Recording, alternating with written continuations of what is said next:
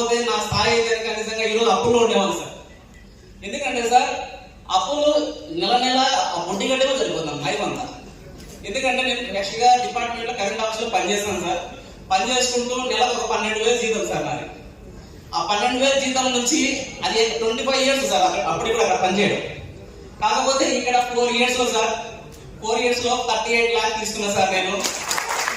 అంటే ఎంతైతే అప్పు చేశానో అప్పు కట్టుకున్నాను, ఇక్కడే కారు కొనుక్కున్నాను, ఇదంతా నా ఒక రోజులో కాదు సార్. మళ్ళీ అది కూడా చెప్తున్నాను.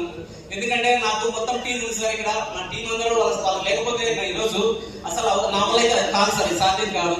నా టీం వల్లనే సాధ్యమైంది. వాళ్ళందరికీ కూడా శిశువుని నమస్కరించున్నాను సార్. అలానే మా టీంలో సార్ యాక్టివ్ గా ఒక మేడం ఉన్నారు సార్, ఆశాకరణ మేడం. ఆ మేడం కూడా మంచి అచీవ్మెంట్ చేస్తుంది ప్రతిసారి.